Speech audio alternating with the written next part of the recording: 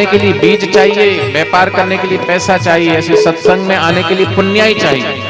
तो आप सब आए हैं, सबके भीतर पुण्य है, भगवान की कृपा है, ईश्वर की अनुकंपा है, तभी आप यहाँ पर आए हैं।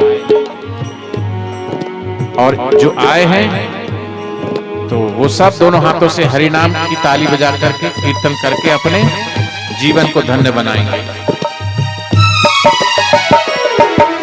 यौवन में तुझ पे मद की छाई रही बदरिया, ऐसा हुआ दीवाना सूझे नहीं डगरिया, ऐसा हुआ दीवाना सूझे नहीं डगरिया। हरि का भजन किया ना यूं ही गई उमरिया, अब लाद चला सिर पर यूं पाप की गठरिया, अब लाद चला सिर पर क्यों पाप की गठरिया। पहुँचेगा जब वहाँ पर कोई ना साथ देगा, पहुँचेगा जब वहाँ पर कोई ना साथ देगा। हाथ जगर के सदगुरु बिन जहाँ में कोई ना साथ देगा, सदगुरु बिन जहाँ में कोई ना साथ देगा।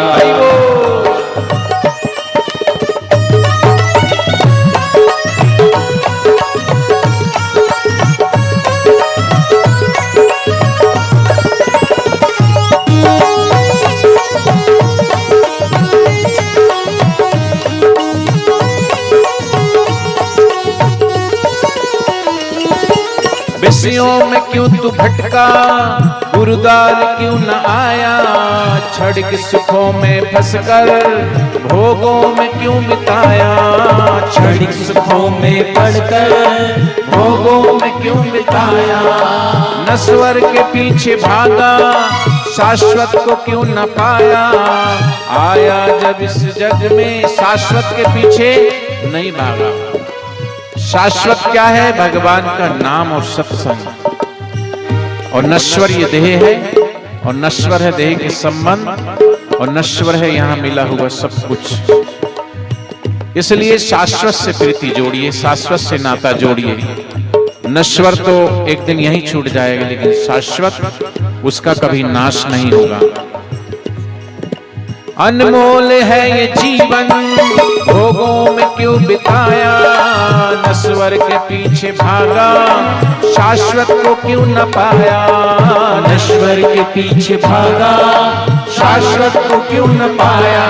आया है जो इस जग में वो कब तक साथ देगा, आया है जो इस जग में वो कब तक साथ देगा।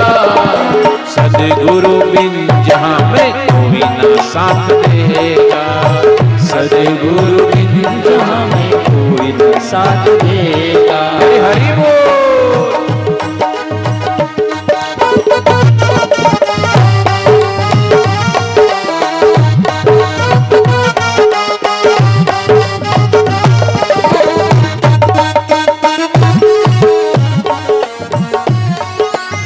और ये आखिरी लाइन और ध्यान से सुनना और समझना, हम सबके लिए है, मेरे लिए भी और आपके लिए भी, सबके लिए। मतलब के सारे नाते मात पिता सुत घाता, ममता में फंस के इनकी क्या हाथ तेरे आता, ममता में इसकी फंस के क्या हाथ तेरे आता। मृत्यु जो सिर पे आए कोई न साथ जाता, सच जान ले तू प्राणी गुरु ही सबके विधाता, सच जान ले तू प्राणी गुरु ही सबके विधाता। जब साथ सबका छूटे गुरु नाम साथ देगा, जब साथ सबका छूटे गुरु नाम साथ देगा। सदगुरु बिन जहाँ में कोई ना साथ देगा, सदगुरु बिन जहाँ में कोई ना साथ देगा।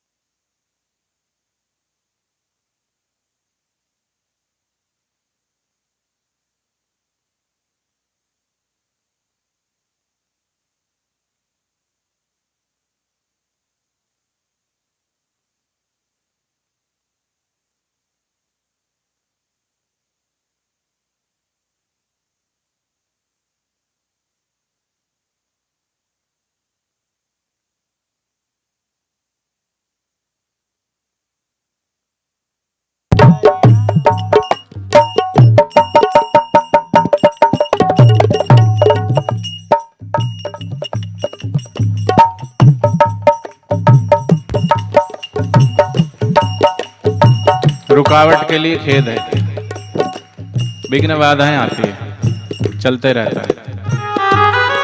रोड पे भी ब्रेकर होता है ना।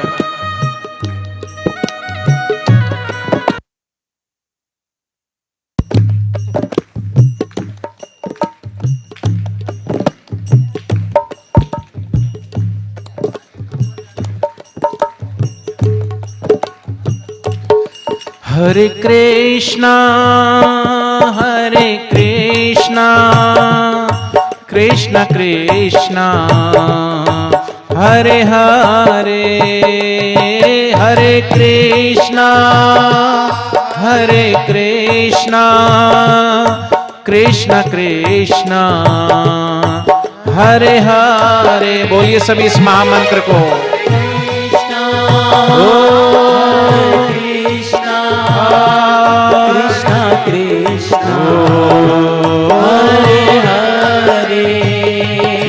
हरे रामा राम रामा हरे हरे, बोलिए सभी। ये महामंत्र है कलयुग में शीघ्र पाप नाश करने वाला, पुण्य बढ़ाने वाला। हरे कृष्णा कृष्ण कृष्ण हरे हरे, हरे कृष्णा कृष्ण कृष्ण हरे हरे। हरे रामा राम रामा हरे हरे, हरे राम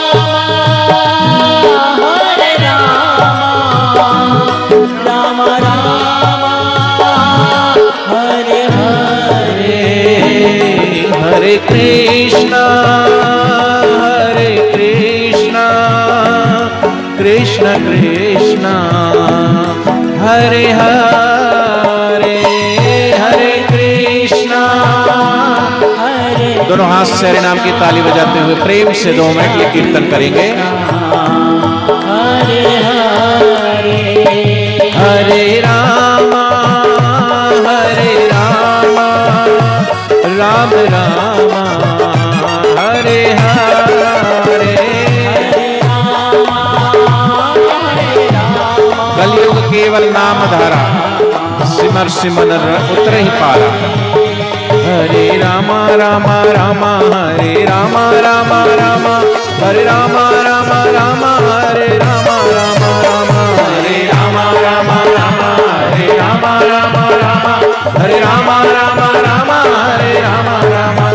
हरे कृष्णा हरे कृष्णा हरे कृष्णा हरे कृष्णा हरे कृष्णा हरे रामा हरे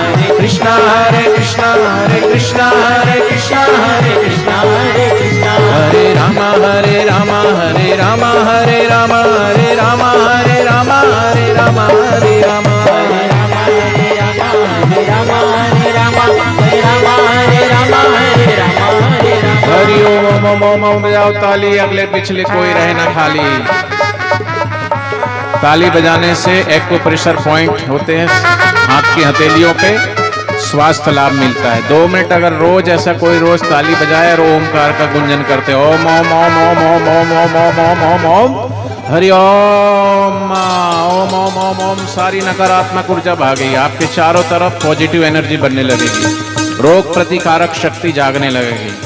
बिना डॉक्टर के पास जाए आप अपनी बीमारी को ठीक कर सकते हो। ओम ओम ओम ओम ओम ओम ओम ओम हरि ओम ओम ओम ओम ओम ओम ओम ओम। आप जोर से दोनों हाथ ऊंचा करके खिलखिला के हंसेंगे, दोनों हाथ ऊपर करके जोर से हंसेंगे। हरि ओम ओम ओम ओम। हंसो जरा, सीरियस होके मत बैठो, जोर से हंसो, जोर से हंसो, खूब हंसो, खूब हंसो। रोते हो इस विधि क्यों प्यारे, हंसते के साथ हंसे हैं दुनिया, रोते को कौन बुलाता है। खिला हुआ फूल ही भगवान और गुरु के चरणों तक पहुंचता है, मुरझाया हुआ फूल कौन चढ़ाता है। तो भगवान के समक्ष जाए तो मुस्कुराता हुआ चेहरा लेकर जाए, दुखी होकर के, परेशान होकर के, सीरियस होकर के ना बैठे। भगवान के समक्ष देखे तो जैसे भगवान की मूर्ति मुस्कुरा रही है, आप भी मुस्कुराइए। और बापूजी बोलते हैं, मुस्कुराकर गम का जहर जिनको पीना आ गया, मुस्कुराकर गम का जहर जिनको पीना आ गया, ये हकीकत है कि जहां में उसको जीना आ गया। गम की अंधेरी रात में दिल को ना बेकरार कर, सुबह जरूर आएगी तो सुबह का इंतजार कर। और जो बोलते हैं कि बापूजी के पास जाने से क्या मिलता है, तो हम नहीं बता सकते क्या मिलता है, क्योंकि वो जो मिलता है वो अनुभव की बात है, और जो अनुभव की बात है वो वाणी में आ नहीं सकती, उसको बताया कैसे जा सकता है। कि सुना सकते हैं, ज्ञान भी बता सकते हैं, बातें भी, लेकिन मिला है इस दिल को कुछ ऐसा जो दिखाया जा सकता नहीं। सदगुरु से प्रेम लगाया है, ये मैं जानूं या वो जाने, जाने कैसा जादू चलाया है, मैं जानूं या वो जाने। तेरी एक नजर ने दीवाना किया मस्ताना किया, ये मैं जानूं या वो जाने। निंदक क्या जाने।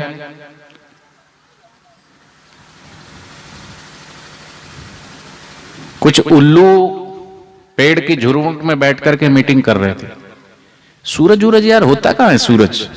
तूने सुना है सूरज होता है? ना यार मैंने भी नहीं सुना, सूरज नहीं होता है। फिर तीसरा उल्लू आया, क्या बात चल रही? अरे बात ये चल रही भाई कि सूरज होता है क्या?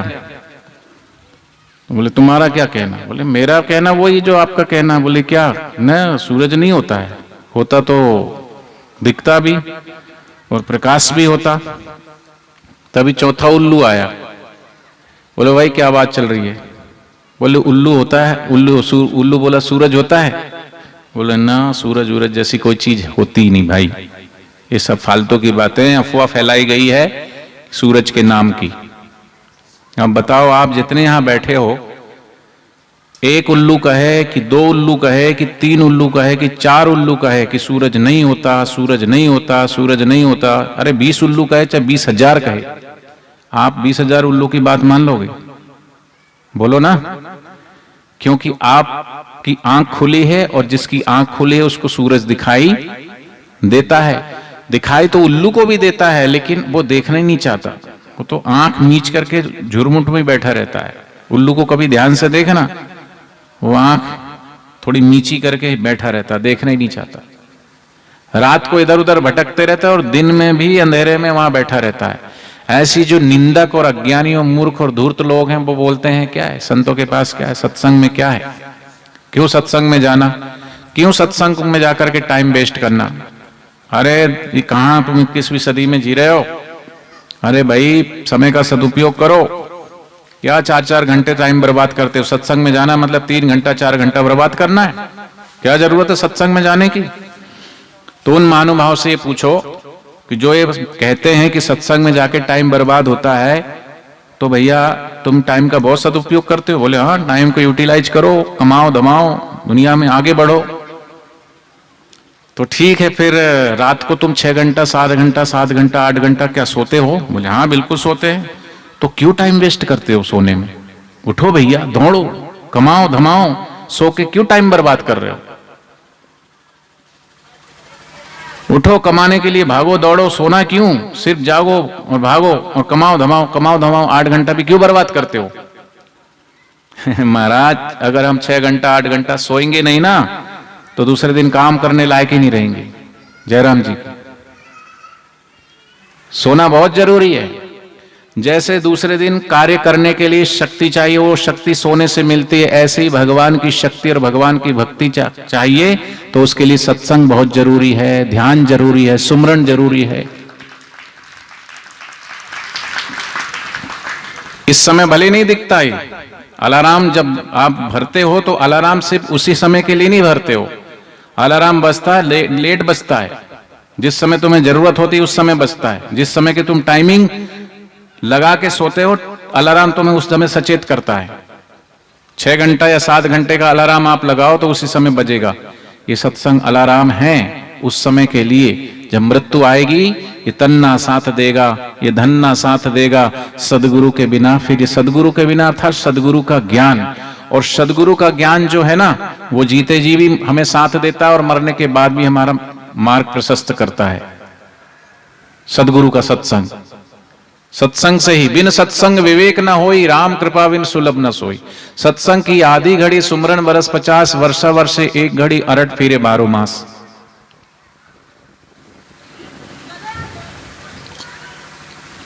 लेकिन हम जैसा संग करते हैं वैसा रंग चढ़ जाता है। अब कई लोग बैठ करके गपशप लगा रहे होंगे, कई लोग बैठ करके चौपाल में वो ताश खेल रहे होंगे। ताश खेलने में टाइम वेस्ट नहीं होता, गपशप लगाने में टाइम वेस्ट नहीं होता, टीवी चलाने में टाइम वेस्ट नहीं होता, मोबाइल चलाने में टाइम वेस्ट नहीं होता, सत्संग के लिए टाइम वेस्ट होता है। किसको उल्लू बना रहे हो? खुद ही उल्लू हो तुम।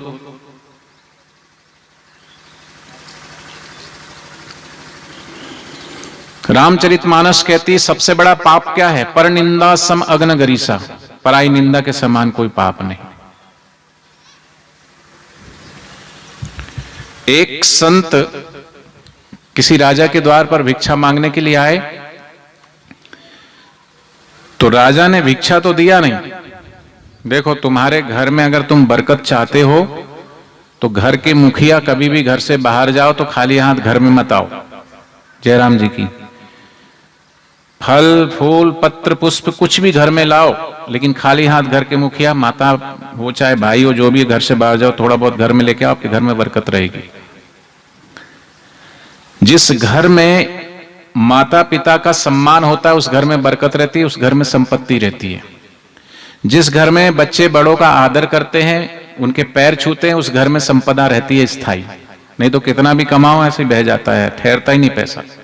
घर में जो लक्ष्मी माता का फोटो रखो तो वो लक्ष्मी माता का फोटो आप बैठा हुआ रखो, घर में खड़ा हुआ लक्ष्मी का फोटो नहीं, क्योंकि जो चीज खड़ी खड़ी वो जल्दी चली जाएगी, बैठी रहेगी तो थोड़ा आराम से। दुकानदार जो व्यापार करते हैं उनको पता है, कोई भी ग्राहक आता है तो उसको खड़ा खड़ा माल नहीं दिखाते, सबसे पहले ग्राहक को बोला जाता है बैठो। खड़े खड़े बोलोगे तो वो फट से जल्दी भाग जाएगा, बैठो, अच्छा पानी लेंगे चाय लेंगे कुछ पूछ लो। बिठाओगे तो थोड़ा स्थायी रूप से बैठेगा, बातचीत करेगा, लेके जाएगा। लक्ष्मी को घर में बिठा के रखो, खड़ी लक्ष्मी की फोटो घर में मत रखो, दुकान में रखो। दुकान का जो कैश बॉक्स है वो उत्तर दिशा की ओर खुला ऐसा रखना, तो उसमें बरकत खूब रहेगी। जैसे भगवान शिव जी के मंदिर में शिव जी का मुख जो, वो शिव जी के मुख की तरफ नंदी का मुख होता है, तो उसकी भक्ति भरपूर रहती है। उसी कैश बॉक्स जो है अगर वो उत्तर दिशा की ओर खुलता है तो कैश बॉक्स भरा रहेगा। सामान नहीं बिकता, दुकानदार दुकान में सामान रखें, वायब कोड में हवा होती ना, हवा वायब कोड में हवा का स्थान है वायब कोड, वहां कोई चीज स्थिर नहीं रहेगी, चलती रहेगी। तो वहां सामान रखोगे, बिकता जाएगा, आता जाएगा, बिकता जाएगा, दुकान में बरकत रहेगी। पढ़ने वाले बच्चे वायब कोड में बैठ के कभी ना पढ़ें, नहीं तो पढ़ा हुआ याद नहीं रहेगा। पढ़ाई वाले बच्चे अपने को ईशान कोड, ईस्ट और नॉर्थ फेसिंग, ईस्ट और नॉर्थ का जो कॉर्नर होता है वहां बैठ के पढ़ें तो आपको पढ़ा हुआ याद रहेगा। रोज सुबह 5 से 7 पत्ते बच्चे तुलसी के पत्ते, बच्चे बड़े सभी खाएं तो उससे रोग प्रतिकारक शक्ति भी जगेगी, पढ़ा हुआ याद भी रहेगा। और घर में 4 चीजें बिल्कुल हटा दो रसोई में से, माताएं बहनें ध्यान से सुनना। पहला जहर तुम्हारे घर में है सफेद नमक, दूसरा जहर है मैदा, तीसरा जहर है चीनी, और चौथा जहर है रिफाइंड। जितने भी हार्ट अटैक हो रहे हैं आजकल वो सब रिफाइंड खाने वालों को ज्यादा हो रहे हैं। जितने अभी बीपी बढ़ रहा है लोगों का, सबसे ज्यादा तुनक जरा जरा बात में गुस्सा आ रहा है तो वो सफेद नमक के खाने से। जितने भी पेट की तकलीफें बढ़ रही है वो सब तकलीफें बढ़ रही है मैदे की चीजें खाने से, मैदे से बेकरी की चीजें जो भी बनती है, मिल्क प्रोडक्ट और मैदा प्रोडक्ट जो भी है वो नहीं खाना चाहिए। गांव में अपना देसी खाना बढ़िया है, शहर वालों की नकल मत करो, वो शहर वालों को शहर का खाना मुबारक हो। अपना तो भैया सुबह जो पूर्वजों से चला आ रहा है ना कि सुबह अपना जल्दी खाओ, सुबह अच्छे से खाओ, और खाओ तो चबा चबा के खाओ, दबा दबा के नहीं है। शादी का कार्ड मिला था किसी सरदार जी को, शादी में जाना था तो शादी का कार्ड के निश्चित समय पे जो समय था रिसेप्शन का वो चले गए। थाली उठाई, थाली में भोजन डाल करके खाना शुरू किया। 7 बजे से 9 बजे रिसेप्शन का टाइम था, भोजन शुरू हुआ 7 बजे, 7:30 बजा, 8 बजा, 8:30 बजा, 9 बज गया। और भाई साहब वो खाए जा रहे हैं, तो घर जिसने बुलाया था उसने कहा, वो भाई साहब आपका पेट है कि इंडिया गेट है, कितना खाओगे? और आप 7 बजे से थाली लेके बैठे हो, 9 बज रहे हैं। तो सरदार जी बोले, भाई साहब तो आप भी कमाल करते हो, आपने तो कार्ड में लिखा है खाने का टाइम 7 बजे से 9 बजे तक, लेकिन 2 घंटे थोड़ी ना खाओगे, उस बीच में कभी भी खाओ। ऐसे जो भी आप भोजन करते हैं ना, भोजन को ऐसा खाओ कि वो लिक्विड हो जाए, भोजन को पियो और पानी को खाओ। महाराज ये तो उल्टा बोल रहे हो, है ना? उल्टा नहीं, ऐसा ही शास्त्र बोलते हैं। हम पानी घूट घूट करके आराम आराम से पिए। लोग क्या करते, पानी लिया, अरे भाई साहब पानी देना, और एकदम से धूप में से आए, प्यास लगी और झट से ठंडा पानी लिया, शरीर की बॉडी का टेम्परेचर गर्म है और ठंडा पानी पेट में गया तो वो फिर नुकसान करेगा। थोड़ा आराम करो, पानी पियो घुट घुट करके, सिप सिप करके, और भोजन को इतना चबाओ, मुंह में 32 दांत दिए हैं, 32 बार निवाले को चबाओ, इतना चबाओ कि वो लिक्विड हो जाए। जिन बच्चों को बहुत ज्यादा गुस्सा आता है या जिन भाइयों को बहनों को बहुत ज्यादा गुस्सा आता है, उनको देखना वो बहुत जल्दी जल्दी भोजन करते हैं, फटाफट। इधर एक रोटी बनी नहीं, एक रोटी उससे पहले खत्म। कम से कम जितनी देर रोटी बनने में टाइम लेती उतनी देर तो कम से कम चबाओ। तो चबा चबा के खाओ, दबा दबा के नहीं। तो बापूजी बोलते हैं कि आप 2 किलो भोजन खाते हो तो 4 किलो पानी पीते हो और 10 किलो ऑक्सीजन लेते हो। तो जो चीज सबसे ज्यादा है वो चीज शुद्ध होनी चाहिए। तो 5-7 पत्ते तुलसी के खाएं।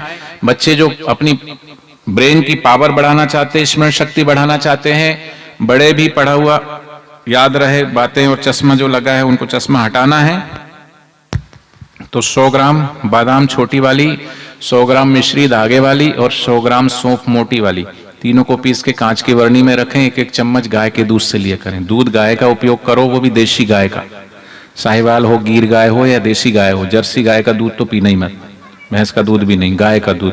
आप खेतीबाड़ी वाले हो, घर में आप अच्छी नस्ल की गाय रखो, दूध अमृत है घर में।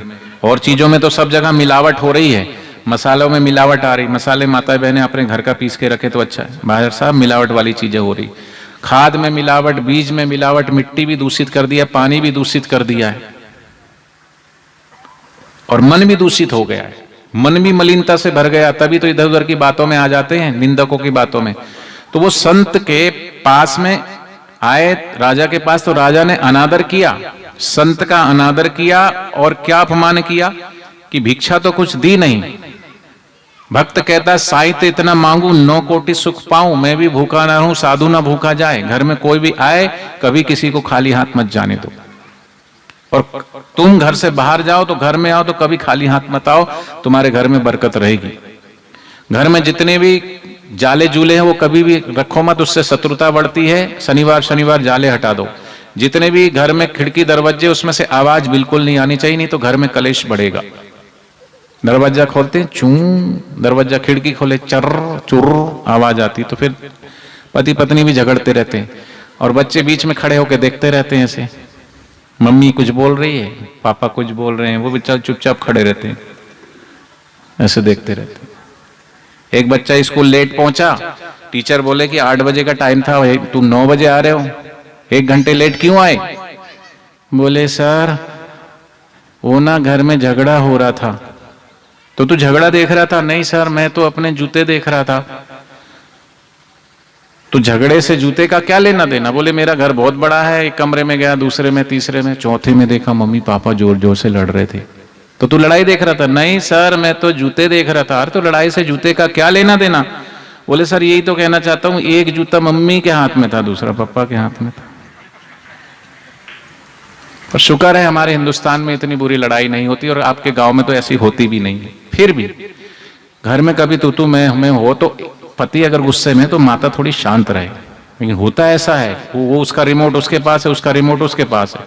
वो ऐसी बात बोलेंगे कि उसको बिल्कुल भड़का लगे, और वो ऐसी बात बोलेंगे कि उसको भड़का लगे। हमने अपना रिमोट दूसरों के हाथ में, जैसे टीवी का रिमोट होता है, चैनल बदलते हैं, ऐसी बातें बोलेंगे झगड़ा के समय कि बस उसको बिल्कुल तिलमिला जाए, वो आग बबूला हो जाए। अरे एक आग बबूला हो तो दूसरा पानी के छींटे मारो ना, थोड़ा पानी डालो उस पे, लेकिन एक आग है दूसरा पेट्रोल फूका भपका लगे। और तो ऐसा नहीं, घर को हम, घर के वातावरण को थोड़ा सा शांति प्रिय बनाएं, घर को मंदिर बनाएं। घर का मंदिर तभी होगा जब बच्चे माता पिता का आदर करें। देखो रामचंद्र जी कैसा आदर करते हैं, बड़ों से बड़ों का सम्मान करते हैं। तो राजा ने अपमान किया, राजा ने संत का, और अपमान क्या किया कि भिक्षा पात्र में वहां पर एक घोड़ा था, घोड़ा खड़ा हुआ था, घोड़े की जो लीद थी वो घोड़े की लीद उठाकर कमंडर में डाल दिया। संत ने तथास्तु कहा, हम जो जिस भांति से जाकी रही भावना जैसी प्रभु मूरत देखो तिंत, जिस भाव से हम किसी को कुछ भी देते वो अनंत गुना होकर वापिस हमें ही मिलती। Every action the create reaction. Bapu ji बोलते हैं ये कलयुग नहीं ये करजुग है, ये कलयुग नहीं ये करजुग है, और प्रकृति का नियम है।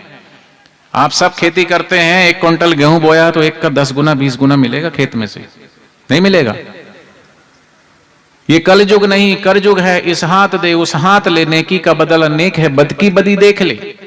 शक्कर खिला शक्कर मिले, टक्कर खिला टक्कर मिले। जो औरों को डाले चक्कर में वो खुद भी चक्कर खाता है, जो सभी को खिलाए शक्कर वो खुद भी शक्कर खाता है। हमारे गुरुदेव ने सबको दिया है, लिया कुछ भी नहीं है।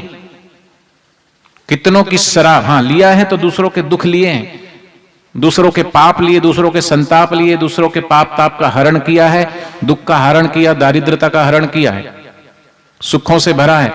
कईयों की शराब छुड़ाई, कईयों की बीड़ी छुड़ाई, कईयों के गांजा छुड़ाए, कईयों की बुरी आदतें छुड़ाई और भगवान के रास्ते पे लगाए। तो हम भी तो यहीं जैसे आप बैठे, हम भी ऐसे ही बैठे रहते थे, वैसे ही बैठते, गांव में ही रहते, तो गांव में हम भी खेती बाड़ी करते, शहर में आके बिजनेस कर रहे थे, अपना पैसे कमाते दमाते वहीं रहते। लेकिन आज अगर हम यहां पर बैठे हैं तो हम अपने गुरुदेव की वजह से बैठे हैं। ये मुकेश भाई पटेल आपके गांव के हैं, इंदौर आश्रम में इनको आश्रम का संचालक बनाए। उनको गुरु की नजर में, गुरु की कृपा है तभी तो बने। आपके गांव से आप इनका उदाहरण देख सकते हो, मेरा उदाहरण देख सकते हो। मेरे गांव में, मेरे शहर में जाके देखो, वहां जो गांव में रहने वाले लोग उनकी उतनी इज्जत नहीं करते जितनी आज अगर मैं जाता हूं। तो मैं जहां सत्संग करने गया था, जहां मेरा बर्थ प्लेस था, वहां 13-14 गांव से लोग आए थे देखने के लिए कि हमारे गांव का बेटा संत बना, गुरुद्वार पे रहता है, तो कैसा है क्या है, सुनने के लिए आए, देखने के लिए आए। तो गुरुजी ने तो सबको दिया ही दिया, लिया क्या है, किसी से कुछ नहीं लिया, उन्होंने कुछ चाहिए भी नहीं। संत प्रवृत्ति करते हैं तो समाज के उत्थान के लिए करते हैं, उनको कुछ नहीं लेना देना समाज से। समाज दे भी क्या सकता संतों को, संत के पास वो संपदा है, उन्होंने तो वो पा लिया है, ब्राह्मणी स्थिति प्राप्त करके कार रहे ना शेष, मोह कभी ना ठग सके, इच्छा नहीं लवलेश, पूर्ण गुरु की पूर्ण कृपा मिली, पूर्ण गुरु का ज्ञान, आंसू मल से हो गए मेरे साईं आसाराम। उन्होंने कुछ नहीं दिया, लेकिन दिया है उनको। मैं अभी छत्तीसगढ़ गया था, दुर्ग भिलाई में समिति के भाई बोले हमारे पास कुछ भी नहीं था, हम तो छोटे साइकिल से जाते थे, लेकिन हम मजदूरी करते थे, 200-300 रुपए कमाते थे। आज हम बिल्डर हैं, हम कंस्ट्रक्शन वर्क का काम ठेके देते, बड़े बड़े मकान बनाते, मॉल बनाते हैं। आज हमारे पास अपना मकान है और अपनी गाड़ी है, गाड़ी में चलते हैं। हमको बापूजी ने क्या क्या नहीं दिया। कितने कितने लोग क्या क्या अनुभव बताते हैं। बापूजी बाहर थे तब भी और अभी भी बाहर हैं। कोई ये बोले कि बापूजी भीतर है, हाँ भीतर है, लेकिन वो सिर्फ जोधपुर की 4 दीवारी के भीतर नहीं, वो सब भक्तों के दिल के भीतर बैठे हुए आज भी, सबके हृदय में। क्योंकि ये सदगुरु का दर है, यहाँ मनमानी नहीं होती। निंदा करने वाले चाहे कितनी भी निंदा करे, सच्चे गुरु भक्तों को कोई परेशानी नहीं होती। सच्चे गुरु भक्त कहते अरे निंदा को कुछ तो है बापूजी में, बतना बापूजी की दुनिया यूं ही दीवानी नहीं होती। आज आप हजारों हजारों की संख्या में बैठे हो तो आपके भीतर भी तो गुरुदेव के प्रति श्रद्धा है, प्रेम है, विश्वास है, तभी तो आप आए हैं। और यहाँ की बात नहीं, कल रुस्तमपुर में सत्संग था, वहां भी ऐसी भीड़ आई थी। रुस्तमपुर और सिलोदा की बात नहीं, पूरे देश भर में जहां जहां हम जाते हैं कहते हैं अद्भुत आनंद आता है जब होते हैं सदगुरु के दीदार, तभी तो दौड़े दौड़े आते हैं दूर दूर से नर और नार। कुछ तो मिला है, कुछ तो दिया है गुरुदेव ने समाज को। आज समाज अशांति के इस मोड़ पर खड़ा है कि घर घर में कलेश मचा हुआ है, सास बहू का झगड़ा हो रहा है, बाप बेटे का झगड़ा हो रहा है, माँ बेटी का झगड़ा हो रहा है, माता पिता का अनादर हो रहा है। शहरों में वृद्धाश्रम खुल रहे हैं, विदेशी कल्चर भारत के अंदर आ गया है और बस आप सब समझते हैं। लेकिन पूज्य बापूजी ने ऐसे समय में भी मातृ पितृ पूजन दिवस शुरू करा है। लेकिन हम उन महापुरुषों के सद्गुणों को नहीं देखते और मीडिया ने दिखा दिया। पूज्य बापूजी अगर आज जोधपुर में हैं तो वो सिर्फ उनका ये दोष है कि वो बच्चों के अंदर अच्छे अच्छे संस्कार भरते हैं। बाल संस्कार केंद्र उन्होंने 21 हजार बाल संस्कार केंद्र खुलवाए जहां उनको सिखाते हैं कि तिलक लगाओ, हनुमान चालीसा का पाठ करो, श्रीमद् भगवद गीता का पाठ करो, त्रिकाल संध्या करो। संस्कार देना चाहते बापूजी, बच्चों को चरित्रवान बनाना चाहते हैं। लेकिन विदेशी कल्चर नहीं चाहता कि हमारे बच्चे चरित्रवान बने। वो तो पिक्चरों के माध्यम से, सीरियलों के माध्यम से, इंटरनेट मोबाइलों के माध्यम से आज चरित्र का हनन हो रहा है। बापूजी आज की स्थिति को देख करके बापूजी रो पड़ते हैं। बापूजी सत्संग में कहते हैं कि आज जितना हमारे बच्चों के साथ अत्याचार हो रहा है किसी युग में नहीं हुआ। आज बच्चों को देसी घी नहीं मिलता, देसी दूध नहीं मिलता, देसी अच्छा खाना नहीं मिलता, सब मिलावट भरा जमाना। और ऐसे मिलावट भर शरीर के अंदर जो रज और वीर्य बनता है वो पिक्चर देख करके और गंदे गंदे ऐसे अश्लील दृश्य देख करके बच्चे ऐसे खाली हो रहे हैं, चिड़चिड़े हो रहे हैं, गुस्सेल हो रहे हैं। रासायनिक खाद खेत में डाल दिया गया है, यूरिया, फास्फेट, सल्फेट, कितने क्या क्या चीजें। अनाजों में इतनी गर्मी आ गई, जहर भर गया अनाज के अंदर। तो समाज के बीच में संत आते हैं। हनुमान जी वो निवृत्ति प्रधान संत हैं। संत ब्रह्मज्ञान को पाकर अपनी मस्ती में रह सकते, लेकिन फिर भी वो प्रवृत्ति प्रधान समाज के बीच में आते हैं। संत अगर समाज के बीच में आते हैं तो सज्जनता और सद्व्यवहार, सौहार्द फैलता है, शांति फैलती। संत ना होते इस जग में तो जल मरता संसार। तो बापूजी ने 20,000 युवा सेवा संघ का निर्माण करवाए। बापूजी ने सैकड़ों गौशालाएं खुलवाई जहां गायों का संवर्धन हो। बूढ़ी बूढ़ी गायें जहां इधर उधर, हरदा में गौशाला है, आपके इंदौर में गौशाला, भोपाल में गौशाला है, छिंदवाड़ा में गौशाला है। तो गायों की वहां सेवा। अब हम सोचते कि हम दूध के लिए गाय रखी, ऐसा नहीं है। वहां पे कितनी सारी गाय, मैंने पूछा इतनी कितनी गाय, बोले इसमें इतनी इतनी गाय है, 200, 250, 300 गाय। और दूध कितना है, बोले 3 लीटर। तो वहां दूध के लिए गाय नहीं, गाय सेवा के लिए इधर उधर बेचारी भटकते रहती, पॉलिथीन खा रही, मंडी में खड़ी, इधर उधर, वहां से गायों को इकट्ठा करके चलो गायों की सेवा करो। हम लोग जो पूरा जीवन बापूजी के चरणों में समर्पित किया है, तो बापूजी ने हम लोगों को समाज की सेवा में लगा दिया कि चलो तुम सेवा करो। वो संस्कार हमको दिए, वो ज्ञान हमको दिया कि तुम जाओ समाज में बांटो। कोई गौशाला संभाल रहा है, कोई ऋषि प्रसाद संभाल रहा है, ऋषि प्रसाद का ज्ञान जन जन तक पहुंचे, लोक कल्याण का ज्ञान। गुरुकुल खोले कि हमारे बच्चे शिक्षा के साथ साथ संस्कार भी उनको मिले। लेकिन जब हमने बापूजी क्यों गुरुकुल खुलवाने की क्यों जरूरत पड़ी कि इस देश में कॉन्वेंट स्कूल खोल रहे हैं और कॉन्वेंट स्कूलों के माध्यम से हमारी संस्कृति को फिर से गुलाम बनाने के लिए धर्मांतरित कर रहे हैं। ईसाईकरण हो रहा है इस देश के अंदर। और बापूजी के जाने के बाद तो बिल्कुल धड़ल्ले से हो रहा है, खुलेआम हो रहा है। लेकिन हमें क्या, हमें तो अपना परिवार पालना है, हमें तो अपनी दुकान और मकान देखना है, इसके बाहर तो हमें निकलना नहीं है। लेकिन हमारा परिवार के प्रति भी कर्तव्य, हमारा समाज के प्रति भी कर्तव्य, हमारा देश संस्कृति के प्रति भी कर्तव्य। जिस देश की हम रोटी खा रहे हैं, जिस देश की हम हवा ले रहे हैं, जिस मातृभूमि में हमारा जन्म हुआ है, उस राष्ट्र की रक्षा के लिए भी हमें सोचना पड़ेगा। और कोई बाहर से इसकी रक्षा करने नहीं आएगा। तो हम रक्षा तो करते नहीं, लेकिन जो रक्षा करते हैं ऐसे संतों का सहयोग भी नहीं करते, बल्कि उनको उनके अंदर ही दोष दृष्टि रखकर उनके ऊपर उंगली उठाने लगते हैं। और वो भी अपनी आंखों से कभी देखा नहीं, लेकिन मीडिया ने भर दिया, सुना दिया, तो वैसी एक धारणा बना करके बैठ गए। गुरुकुल शिक्षा के क्षेत्र में बापूजी आए तो बापूजी ने जब गुरुकुल खुलवाया इस मध्य प्रदेश सरकार ने, बच्चे जो टॉपर बच्चे आए उनको प्रोत्साहन मिला, पुरस्कार मिला। तो कॉन्वेंट स्कूल वालों को थोड़ा सा मिर्ची लग गई, तो गुरुकुलों को ही बदनाम किया गया। अहमदाबाद गुरुकुल को बदनाम किया गया, छिंदवाड़ा के गुरुकुल को बदनाम किया गया, और बदनाम करके बापूजी के ऊपर आरोप लगाए।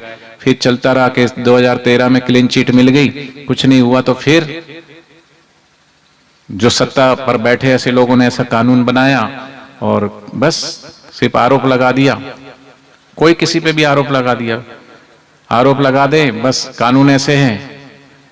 और कानून का विरोध बापूजी ने किया, चाहे वो दहेज प्रथा का कानून था कि घर में अगर लड़की ब्याह के आती है और ठीक ठाक नहीं पड़ती तो घर में रिश्तेदारों का 10-12 लोगों का नाम लिखवा दें, सब चले गए जेल में। मामा का लिखा दिया, बुआ का लिखा, फूफा का, चाचा का, चाची का, सबका लिखवा दिया। मेरे को मारते, मेरे को पीटते हैं, मेरे को पैसे के लिए झूठा मूठा जो भी। बापूजी बोले कि एक तरफा कानून नहीं होना चाहिए। जिसके ऊपर आप आरोप लगा रहे वो भी किसी का बेटा है, उसका भी ख्याल रखो, बेटी का भी ख्याल रखो, बेटे का भी ख्याल रखो। लेकिन कानून का हथियार की तरह आज इस्तेमाल हो रहा है।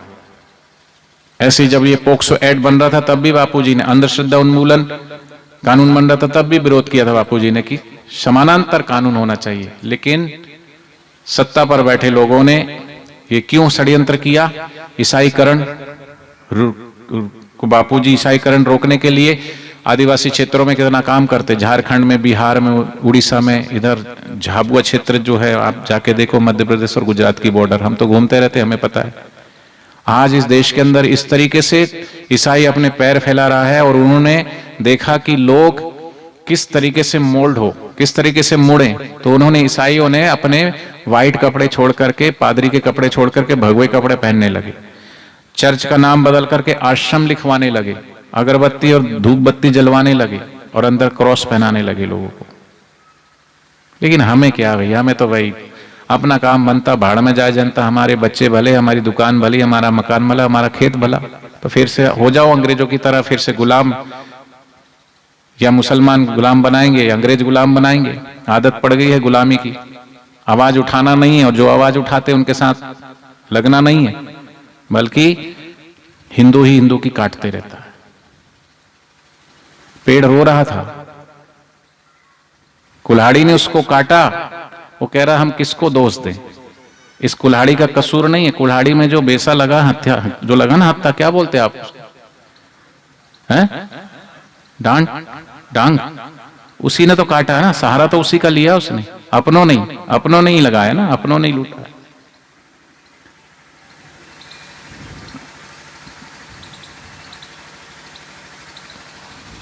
पच्चीस दिसंबर को इस देश के अंदर क्रिसमस डे मनाने लगे, नकली पौधा लाते। बापूजी बोले कि घर में तुलसी का पौधा लगाओ, तुलसी 20 घंटे ऑक्सीजन देती है, 4 घंटे ओजोन देती है, तुलसी के पत्ते खाने से स्मरण शक्ति बढ़ती है, 300 प्रकार की बीमारियां तुलसी से ठीक होती, कैंसर जैसी बीमारी भी तुलसी से ठीक होती। तुलसी की महिमा लोग जाने और नकली चीज से बचे।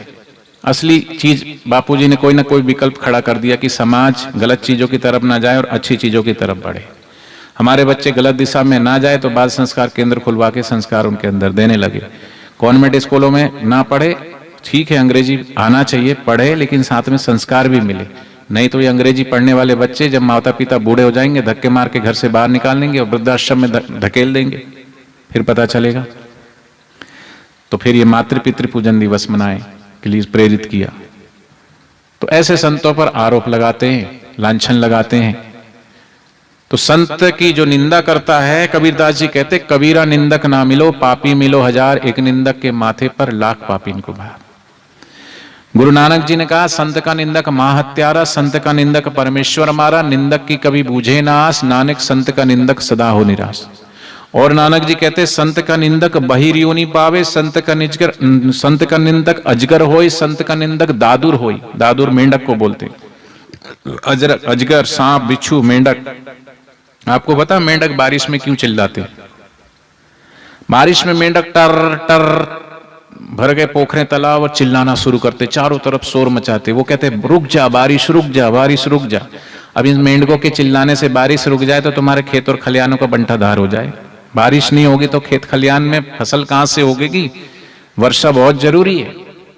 वो वर्षा होती है और खेत और खलियान लहलाते हैं।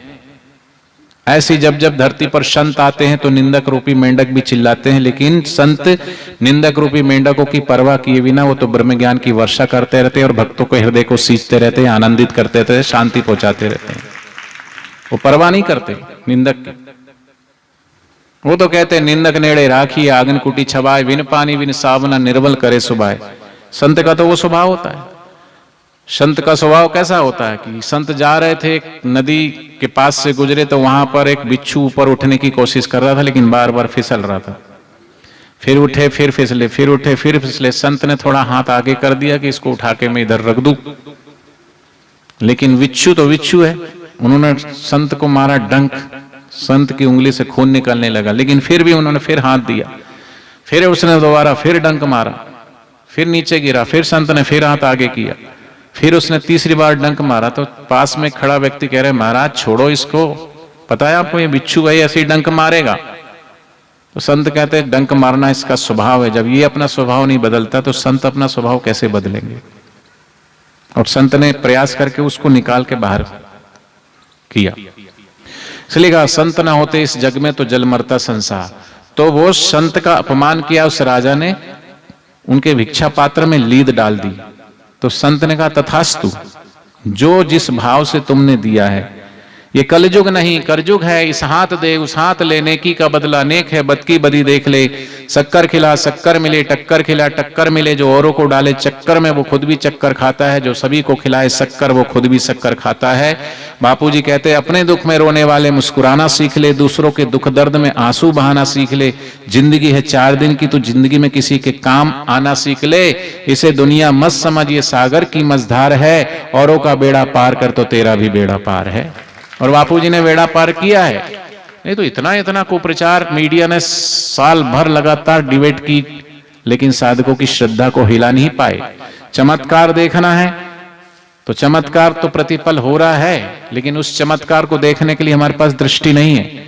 फिर भी चमत्कार देखना है तो ये चमत्कार कम है क्या? मीडिया ने और इस शासन और प्रशासन ने और देशी और विदेशी ताकतों ने पूरी जोर पुरजोर प्रयास कर लिया कि बापूजी के साधक टूट जाए, बापूजी के साधक आश्रम में जाना बंद कर दे, भगवान का नाम लेना बंद कर दे।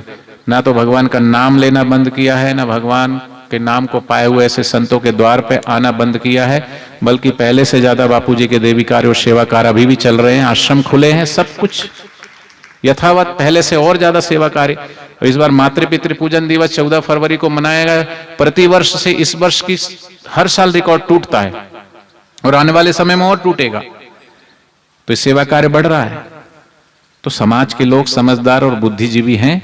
ऐसा नहीं कि समाज के लोग भी रोटी खाते हैं, उनको भी इतनी समझ है कि क्या सच्चाई है और क्या नहीं। इसलिए कहा सच्चाई कभी छुप नहीं सकती बनावट के उसूलों से, और खुशबू कभी आ नहीं सकती निंदक तेरे कागजी फूलों से। ये निंदक की निंदा कागज फूल की तरह है, लेकिन संतों का ज्ञान सच्चे फूल की सुबास की तरह है। और वो सच्चा ज्ञान बापूजी ने दिया है, और जिसने लिया है और जिसने महसूस किया है वो ये कहता है कि हम नहीं छोड़ के दर आपका जाने वाले, भक्त जब आपका कहते हैं जमाने वाले, आपके दर पे जिए यहीं पे मर जाएं बापूजी, यही कहते हैं बापू के दरबार में आने वाले। संत तो चले गए और एकांत में अपना ध्यान भजन में लग गए, लेकिन याद रखना संत सताए तीनों जाए, तेज बल और बंस, एड़ा केड़ा कई गया रावण कौरव और कंस। थोड़े दिन बाद दूसरे राजा ने राज पर चढ़ाई की और राज से हाथ धोना पड़ा उसको। जिसने जिसने संतों को बदनाम किया और जिसने संतों का अपमान किया है, इतिहास गवाह है। रामायण उठा के देख लो, महाभारत उठा के देख लो, त्रेता युग देख लो, द्वापर देख लो, और इस कलयुग में भी देख लो। संत सताए तीनों जाए, तेज बल और वंश, एड़ा केड़ा कई गया रावण कौरव और कंस। राम जी माता पिता को प्रणाम करते हैं, गुरुजनों को प्रणाम करते हैं, अपने मंत्री को भी प्रणाम करते हैं, बड़ों की बात मानते हैं। माता पिता की बात मानी, गुरुजनों की बात मानी, 14 वर्ष वन गए, फिर भी पुनः वापस अपने राज्य पर आकर बैठे राज सिंहासन पर। लेकिन वहीं रावण ने ना अपनी पत्नी की बात मानी, ना भाई की बात मानी, ना अपने दादा की बात मानी, ना दादी की बात मानी, ना नाना की, ना नानी की, यहां तक कि भगवान शिव की भी बात नहीं मानी। अच्छा, भगवान शिव जी को सभी ने कहा कि आप सबको समझाते हैं, आप देवताओं को समझाते हैं, आप दैत्यों को समझाते हैं, सभी को आप समझाते हैं, आप देवादिदेव नहीं, आप महादेव हैं। और महादेव सबको आप समझाते, सबके बीच में बिचौलिया बन करके आ जाते हो समझाने के लिए, लेकिन आप इसको क्यों नहीं समझाते? ये तो आपका भक्त भी है। तो भगवान शिव जी कहते हैं कि मैं समझाता जरूर हूं, लेकिन समझाया उसे जाता है। कहते हैं ना, कोई अगर गलती हो जाए तो उसको समझा के उसको सुधारा जा सकता है, लेकिन गलती करने वाला भी सुधर सकता है, लेकिन जिसकी आदत बनेगी और जिसका स्वभाव ही बन गया, उसके स्वभाव को परिवर्तित नहीं कर सकते। तो मैं जानता हूं कि इसे नहीं समझाया जा सकता, क्योंकि ये समझने वाला नहीं है। रावण समझने वाला नहीं है, और रावण ने किसी की बात नहीं समझी, तो परिणाम क्या हुआ? सारे कुल का विनाश कर दिया। बेटे ने समझाया, भाई ने समझाया, लेकिन वहीं राम जी, वहां राजलोलुपता नहीं है। भरत जी कहते मैं बैठूंगा नहीं राज, यहां त्याग है, जहां त्याग है वहां प्रेम है। यहां प्रेम देते हैं, प्रेम लेते नहीं, वहां अहंकार है, वहां समर्पण है। तो राज छिना और भटकते भटकते एक बार फिर उसी दिशा की तरफ गया। वहां एक संत का आश्रम दिखा, वहां जाकर के वो बैठा और उसने प्रणाम किया। तो संत ने उस राजा को पहचान लिया। राजा ने पूछा कि राजन, तुम शायद मुझे पहचाने नहीं, लेकिन मैंने तुम्हें पहचान लिया। बोले कैसे? अरे बोले, तुमने भिक्षा में मुझे वो लीद दी थी घोड़े की, याद है? हो महाराज, मुझे क्षमा कर दो, मुझसे बहुत बड़ी भूल हो गई। हाथ जोड़ा, कान पकड़ा, दंडवत प्रणाम किया। महाराज, मुझसे बहुत बड़ी भूल हुई, मैंने आपका अपमान किया। बोले अपमान और मान क्या, आदर तथा अनादर बचन भले त्यों बुरे, निंदा स्तुति जगत की धर जूते ते तले। संत तो वहां पे, संत वो स्थिति में ब्राह्मण स्थिति प्राप्त कर कार रहे न शेष, मोह कभी न ठग सके इच्छा नहीं लवलेश। ज्ञानी उस अवस्था में कोई अगर सारी दुनिया भी उनको फूल हार से पहना दे तो उनको जरा सा भी हर्ष नहीं होता, और अगर सारी दुनिया उलट्टी हो जाए और उनकी निंदा करते तो उनको कोई फर्क नहीं पड़ता। क्योंकि संत कौन होते हैं कि हर्ष शोक जाके नहीं, बैरी मीत समान कहे नानक, सुन रे मना मुक्त ताही ते जान। वो उस अवस्था में हम क्या अपमान करेंगे उनके? शरीर का अपमान कर सकता है कोई, देह का अपमान कर सकता है कोई। और इस देश में जैसे शिव जी की प्रतिमा को खंडित किया, लेकिन शिव जी की प्रतिभा को खंडित करने वाला कोई अभी माइका लाल पैदा नहीं हुआ है। राम जी की प्रतिभा को खंडित किया, लेकिन रामचंद्र जी की प्रतिभा आज भी है, और राम जी की प्रतिभा थी, है अभी, तभी वहां इतना भव्य राम मंदिर आज बन रहा है। वहां पर प्रतिभा है, ये लोगों के अंदर श्रद्धा है, प्रेम है, विश्वास है। तो राम जी की प्रतिमा को खंडित कर सकते हो, राम जी की प्रतिभा को खंडित करने वाला कोई अभी पैदा हुआ ही नहीं है। कृष्ण जी की प्रतिमा खंडित करके तुमने वहां पर कुछ बना दिया, लेकिन कृष्ण जी की प्रतिभा को खंडित नहीं कर सकते। हम जन्माष्टमी मनाते हैं, हम मथुरा जाते हैं, हम मां के बिहारी के दर्शन करते। ऐसे ही बापूजी की प्रतिमा को खंडित करने का प्रयास लोगों ने किया, लेकिन बापूजी की प्रतिभा का ही आज कमाल है कि पूरे देश भर में 450 आश्रम, 21,000 बाल संस्कार, 1400 समितियां, सैकड़ों गौशाले, ये सेवा कार्य, देवी कार्य आज भी चल रहा है। ये बापूजी की प्रतिभा है, आप और हम नहीं चलाते। आपके घर में से 10 लोग, 10 में से एक घर का मुखिया घर से चला जाए और उसको इतनी बड़ी सजा हो जाए तो घर की स्थिति डावाडोल हो जाएगी, संभल नहीं पाएगा घर। यहाँ एक घर नहीं है, 450 आश्रम है गुरुदेव के, सैकड़ों गौशाला हैं। जरा 10-20 गाय घर में बांधते हो तो पता चल जाता है आपको, जिनके घर यहाँ तो आप ग्रामीण क्षेत्र में तो आपको अनुभव है, छोटी छोटी गाय पशुओं को चराना संभालना कितना है। लेकिन यहाँ सैकड़ों गौशाला, सैकड़ों गुरुकुल, इतने सारे आश्रम, आश्रमों में हजारों हजारों भाई बहन रहते हैं, तो इनको कौन संभाल रहा है? वही संभाल रहे हैं। बल्कि गुरुदेव तो बोलते हैं कि भाई जो संतों के कारज हरि आप सवारे, तो ये देवी कार्य है, ईश्वरी सत्ता इसमें काम करती है। इसलिए कहते हैं कि हटा सकता नहीं कोई दुनिया की जुबानों को, हमेशा धर्म कारज में रुकावट पेश आती है, लेकिन भगवान की मर्जी ही उसे मिटाती है। अच्छा, लोगों ने मीडिया ने दिखा दिया बापूजी को सजा हो गई, बापूजी दोषी पाए गए, और उसको 20 साल की, शरद को, शिवा को, शिल्पी को और प्रकाश को 20-20 साल की सजा हुई, बापूजी को ऐसे ऐसे सजा हुई। सेशन कोर्ट ने सुना दिया, लोगों ने मान लिया हाँ वो दोषी है। तो फिर हाई कोर्ट ने चारों को क्यों बरी कर दिया? फिर सेशन कोर्ट कोई सर्वोपरि कोर्ट थोड़ी ना है, उसने अपना निर्णय सुनाया, लेकिन उसके ऊपर हाई कोर्ट है। हाई कोर्ट भी सर्वोपरि नहीं, उसके ऊपर सुप्रीम कोर्ट है। लेकिन ये हाई कोर्ट और सुप्रीम कोर्ट का निर्णय तो वो सुनाए, उसने सुनाया, लेकिन बापू के भक्तों ने, देशवासियों ने भी अपना निर्णय सुना दिया कि बापू हमारे, हम बापू जी के बच्चे हैं और बापू हमारे सच्चे हैं। और बहुत जल्दी बापू जी हमारे बीच में आएंगे। जैसे उन चारों को वरी कर दिया, तो जब उस आधार पे उन्होंने निर्णय सुनाया था, तो वो निर्णय वैसे खंडित कर हो गया। फिर उनको किस आधार पे छोड़ दिया? तो जैसे उनको छोड़ा है, देर सवेर बापू जी निर्दोष थे, निर्दोष हैं और निर्दोषी बाहर आएंगे। लेकिन यहां संतों की निंदा करने वालों का हर्ष क्या हुआ? राजा ने कहा कि महाराज मुझे क्षमा कर दो। बोले देखो, हमने तो तुमको कुछ श्राप दिया ही नहीं, बल्कि तुम्हारे दिए हुए भिक्षा का हमने संभाल करके रखा, और हमको तो कोई कुछ भी देता है वो तो हम अनंत गुना उसको वापिस करते, वो अनंत गुना फलता है। ये सृष्टि का नियम है। देखो सामने ढेर दिख रहा है, हाँ महाराज वो ढेर वो उसी लीद का है जो तुमने मुट्ठी भर लीद मेरे कमंडल में डाली थी, मैंने लाके वहां उड़ेल दी, और मैंने कहा चलो जिस भाव से दिया वो बढ़े, वो बरकत हो रही है देख, और ये जितना बढ़ेगा उतना ही तेरा विनाश है। संत की शरण में आया, माफी मांगी, तो महाराज तो संत हृदय नवनीत समाना, उन्होंने कहा ठीक है। तो बोले मुझे उपाय बताओ अब इससे छूटने का। तो बोले ऐसा करो, तुमने कोई कार्य ऐसा ना किया हो और फिर भी लोग तुम्हारा ऊपर लांछन लगाए, निंदा करे, तो जो निंदा करेगा तो तुम्हारे पाप धुलने शुरू हो जाएंगे। तो वो एक वैश्य के द्वार पर चारपाई बिछा करके वैश्य के घर के बाहर, तो लोग आते जा रहे, राजा ऐसा है, ये देखो ऐसा है ऐसा है, कानाफूसी शुरू हो गई, उस राजा की निंदा शुरू हो गई।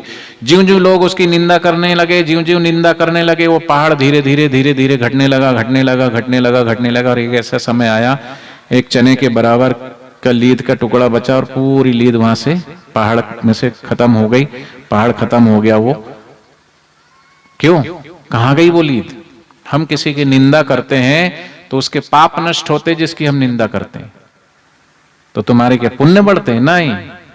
हाँ, जैसे आप सत्संग में आए हो, समझना, सत्संग में आने से आपको सत्संग में आके पुण्य मिला, सत्संग सुनने का। क्या पुण्य मिला कि आपने समझो 1000 रुपए कमाया, ठीक है, 1000 रुपए कमाया आपने, तो उसमें से 100 रुपए मेरे हिस्से पे आ गए। आपके पास 999 रुपए, कितने बचे? 900 रुपए बचे। 900 रुपए बचे, 1000 मेरे पास आ गए। तो आपके पास तो 900 बचे, मेरे पास 100 रुपए दिए। यहाँ अगर 500 लोग हैं तो मेरे पास कितने आए हैं?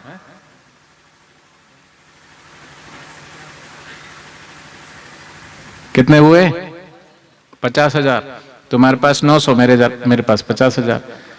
तो लेकिन एक बात बताओ, मेरे पर जो पुण्य बढ़े सुनाने के, वो कहां से आए? कोई मैंने नहीं कमाए, वो तुमने कमाए, तुम्हारी कमाई में से मेरे हिस्से पे आ गए।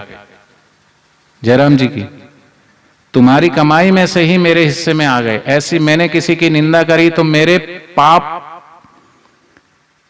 पुण्य क्षीण हुए और पाप बढ़े। ऐसी मैंने किसी की निंदा करी, निंदा करके तो मैंने उसके पाप छीण कर दिए, लेकिन उसके पाप छीण हुए तो वो पाप गए कहां? वो पाप आ गए मेरे में, मेरे पाप बढ़े। और पाप जब बढ़ते तो पाप का घड़ा फूटता है फिर। तो ऐसी हम किसी की निंदा करते हैं तो हम पर निंदा सम अग्नगरीसा। इसलिए संतों ने कहा, कबीरा निंदक ना मिलो, पापी मिलो 1000, एक निंदक के माथे पर लाख पापीन को भार। तो राजा फिर आया संत के पास और संत कहते, देखो ढेर खत्म हो गया। बोले हाँ महाराज, लेकिन बोले एक चने के दाने के बराबर अभी भी लीद है, और वो लीद ये है कि तुम्हारी निंदा सबने की लेकिन मैंने नहीं करी, और मैं कर भी नहीं सकता, इसलिए तुम्हें ये चने के बराबर की लीद तो खानी ही पड़ेगी, क्योंकि मैं तुम्हारी निंदा नहीं कर सकता। तो हम किसी की निंदा ना करें। कोई हमारी निंदा करे तो खूब करे, पेट भर के करे। कबीरदास जी तो कहते हैं, ऐसे निंदक को अपने पड़ोस में बिठा को कुटिया बना के दे दो, यहां रहो और खूब निंदा करो। बिना साबुन बिना पानी के हमारा मन निर्मल कर रहा है, वो धो भैया, करो, आपने पाप बढ़ाओ और हमारे पुण्य बढ़ाओ। कुछ तो लोग कहेंगे, लोगों का काम है कहना, सुना है ना?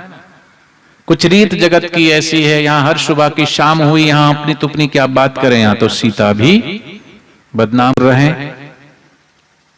निंदा कोई तुम्हारी करे तो बोलो भाई खूब करो। दुनिया कैसी है, किसी को नहीं छोड़ने वाली। राम को छोड़ा, कृष्ण को नहीं छोड़ा, बुद्ध को नहीं छोड़ा, महावीर को नहीं छोड़ा, किसी को भी नहीं छोड़ा, और आपको और हमको भी नहीं छोड़ने वाली। और आपका भी अनुभव है, कितनी अच्छी शादी करो, कितना भी खर्च करो, कितना भी रिश्तेदारों को लो दो, लेकिन फिर भी कोई ना कोई नुक्ताचीनी करके जाएंगे। अरे हाँ ये यार, ये तो सब ठीक है, हाँ यार ये तो सब ठीक है, पर इतना हो जाता तो और अच्छा रहता।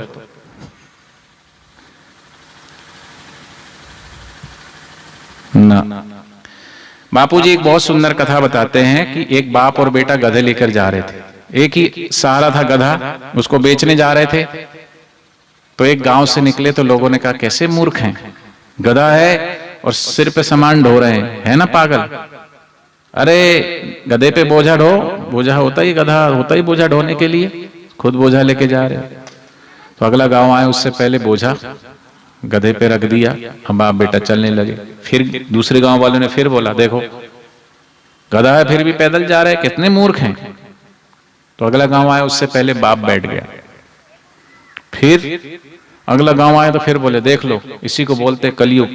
बेटा बेचारा पैदल जा रहा है और बाप गधे पे बैठा हुआ है। तो अगला गांव आया, उससे पहले बाप उतर गया, बेटे को बिठा दिया।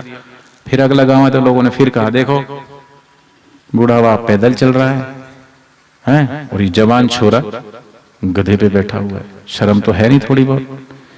बाप बेटे ने कहा अब हम ऐसा क्या करें कि लोग की बोलती बंद हो जाए, लोग चुप हो जाएं, लेकिन ऐसा कभी होगा भी नहीं, देखना लोगों का काम है कहना।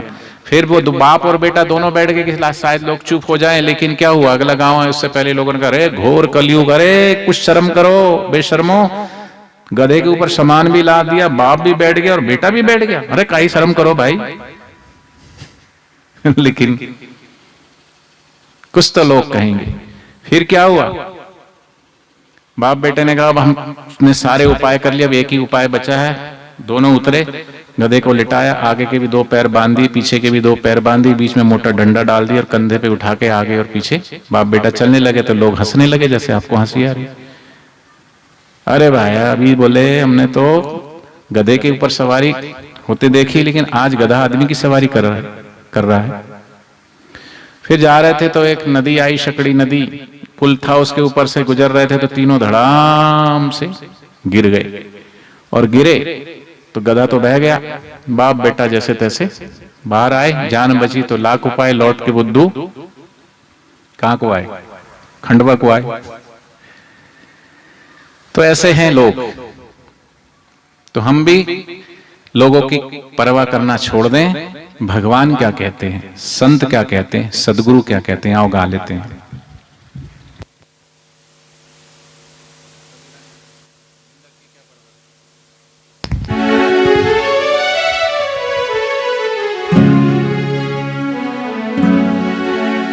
आओ ये भजन गाते हैं, उसके बाद फिर मातृ पितृ शुरू करते हैं।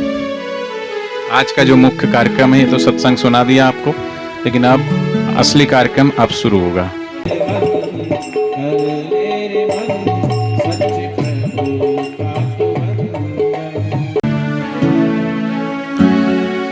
कबीरा निंदक ना मिलो,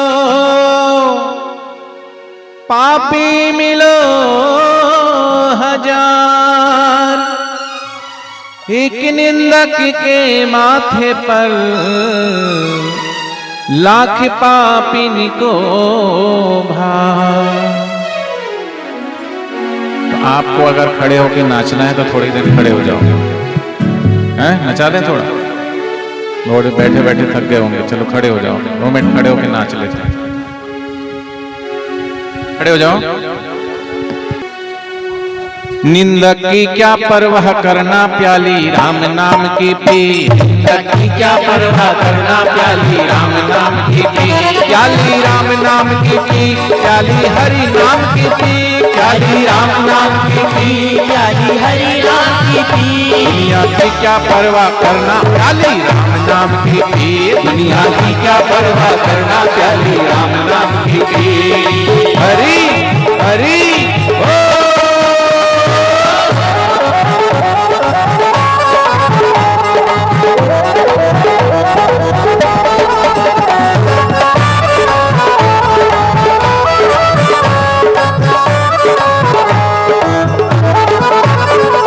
सूरज रोशनी देने जैसे नित्य सवेरे आता है। सूरज रोशनी देने जैसे नित्य सवेरे आता है। गंगा का प्रवाह कभी ना लौट के गोमुख जाता है, ना लौट के गोमुख जाता है, ना लौट के गोमुख जाता है।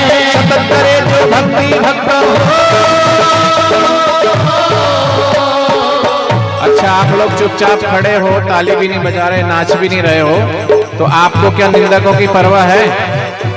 अरे निंदकों की परवाह होती तो आप यहाँ नहीं आते, ताली नहीं बजाते। तो जिसको परवाह है वो मत नाचना, और जिसको परवाह नहीं है वो झूमना नाचना। हरि हरि।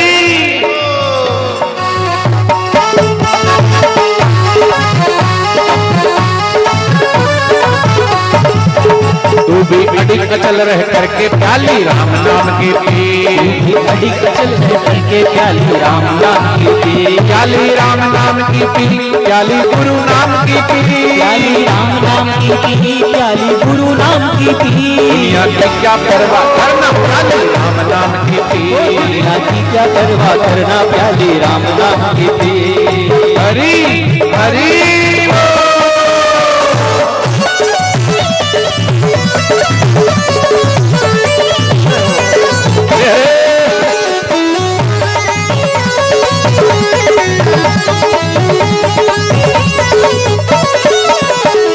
सीता माता पे भी हालातों ने बिजली गिराई थी, सीता माता पे भी हालातों ने बिजली गिराई थी, बार बार थी अग्नि परीक्षा कितनी मुसीबत आई थी, कितनी मुसीबत आई थी, कितनी मुसीबत आई थी। राम नाम ही जपती रही वो,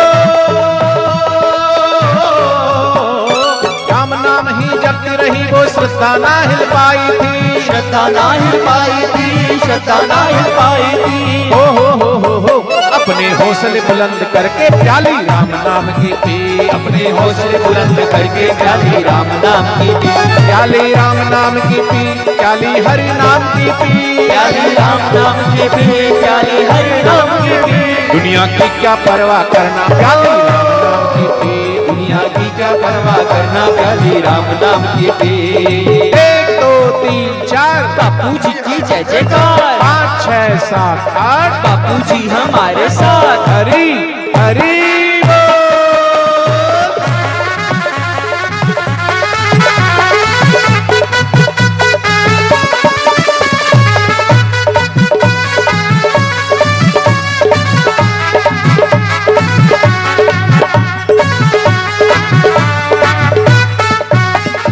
अर्जुन को भी श्री कृष्ण ने निर्भय नाद सुनाया था, अर्जुन को भी श्री कृष्ण ने निर्भय नाद सुनाया था, त्याग के मोह अज्ञान से वो कौरव से लड़ पाया था, कौरव से लड़ पाया था, कौरव से लड़ पाया था। जितने भी अधर्मी वहां थे, जितने भी अधर्मी वहां थे, उनको उसने हराया था, उनको उसने हराया था, उनको उसने हराया था। हो तू भी अडिग अचल रह करके प्याली राम नाम की पी, तू भी अडिग अचल रह करके प्याली राम नाम की पी, प्याली राम नाम की पी, प्याली गुरु नाम की पी, प्याली राम नाम की पी, प्याली गुरु नाम की पी। दुनिया की क्या परवाह दुनिया की क्या परवाह करना प्याली राम नाम की पी। हरि हरि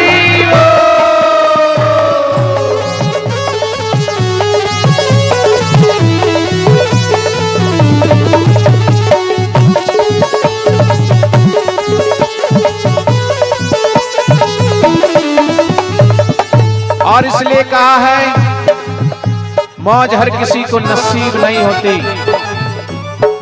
मौज कौन सी? पियो खाओ पियो मौज करो, वो मौज बड़ी सस्ती है, 2 कौड़ी की है। मीरा की तरह, शबरी की तरह, नानक बुद्ध कबीर महावीर वाली मस्ती वो सस्ती नहीं है, वो तो किस्मत वालों को भाग्यशालियों को मिलती है। और किस किस को मिलती है कि मौज हर किसी को नसीब नहीं होती, जिंदगी हर किसी की खुश नसीब नहीं होती, और जो आ जाता है सच्चे दिल से मेरे सदगुरु के दरबार, उसकी जिंदगी कभी बदनसीब नहीं होती। हम सब खुश नसीब हैं। हरि हरि गुरु कृपा से मिलती प्याली, गुरु कृपा से बचती है, गुरु कृपा से मिलती प्याली, गुरु कृपा से बचती है। राम नाम की मदिरा भैया गुरुद्वार पे मिलती है, गुरुद्वार पे मिलती है, गुरुद्वार पे मिलती है। नूरानी नजरों से गुरु ने, नूरानी नजरों से गुरु ने कैसी अलग जगाई है, कैसी अलग जगाई है, कैसी अलग जगाई है। हो कर तुझे भवसागर है तरना प्याली राम नाम की पी, कर तुझे भवसागर है करना प्याली राम नाम की पी, प्याली राम नाम की पी, प्याली गुरु नाम की पी, प्याली राम नाम की पी, प्याली गुरु नाम की पी। दुनिया की क्या परवाह करना प्याली राम नाम की पी, दुनिया की क्या परवाह करना प्याली राम नाम की पी। हरे राम राम राम हरे हरे, हरे राम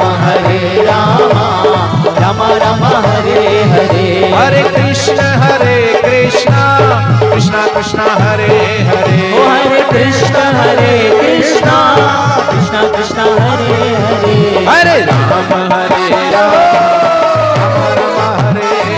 राम हरे राम राम राम हरे हरे। हरि ओम ओम ओम बजाओ ताली, हरि ओम ओम ओम ओम ओम ओम राम राम राम राम राम राम राम बजाओ ताली, कोई रहे ना खाली। ओम ओम ओम ओम ओम ओम हरि ओम गुरु ओम शिव ओम ओम ओम, दोनों हाथ ऊंचा करके खिलखिला के हंसेंगे ओम। सदगुरुदेव भगवान की, कृष्ण कन्हैया लाल की, रामचंद्र भगवान की, आए हुए सभी भक्तजनों की, अपने अपने माता पिता की। तो आप बैठें, अब मातृ पितृ पूजन हम शुरू करेंगे।